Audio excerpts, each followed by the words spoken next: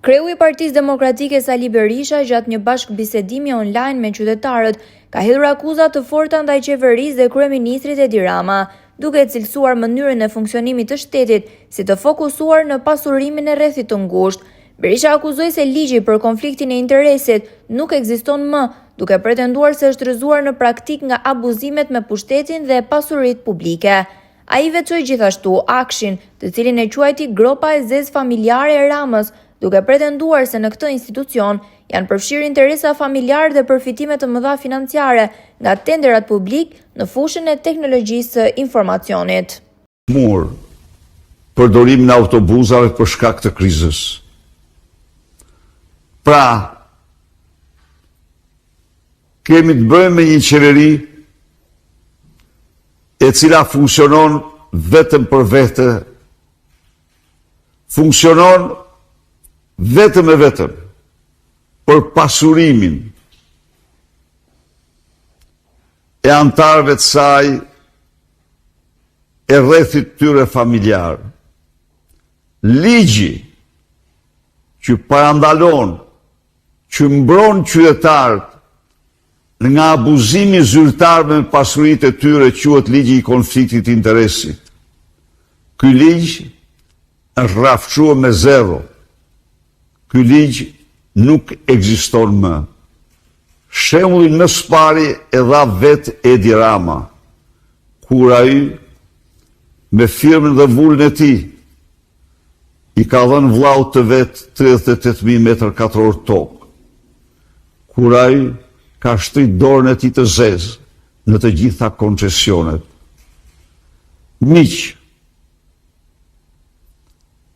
çdo koncesion i tij del një vjedhje e madhe e përmasave të jashtëzakonshme. Por ai nuk u ngop vetëm me koncesionet. Gropa e madhe e zezë familjare e tij është Akshi. Akshi në cilën Edi Rama, Linda Rama dhe Armand Frangu kanë patur minjerën e Floririt. Kanë plaçkitur shqiptarët në qindra milion euro. Por të realizuar këtë plaçkitje të madhe Edi Rama në vitin 2017,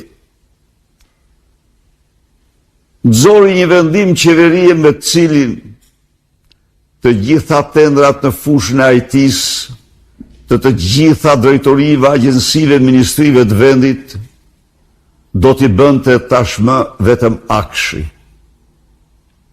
Në mënyrë që Akshit mos kishte më pak qindra milion, por shumë qindra milion tendera. Ergy Sagasi, ju e morët vesh që vera 33.000 euro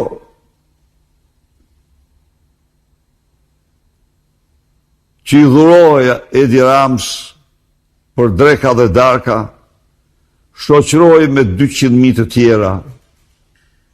Pra, kutia e verës përmbante vetëm një shishe dhe pjesa tjetër mbushej me 500 euro. E megjithatë, Ergy Sagasi apo alias Edi Rama alias Ergy Sagasi është i lirë, shëtitlirshëm, shoqërohet nga policia, vazhdon punimet në pronat e sekuestruara. Ligji pra nuk ekziston. Ajo që mbetet revolta qytetare. Ndaj dhe e mbyll këtë hyrje me thirrjen më vllazërore për çdo qytetar shqiptar. Të bashkohemi me datën 8 maj në protestën më të fuqishme që ka njohur Shqipëria në kryengritjen më të fuqishme paqësore kundër këtij regjimi i cili po vjedh haptas si asnjë regjim tjetër në Europë dhe në botë popullin e vet. Faleminderit. Kristi me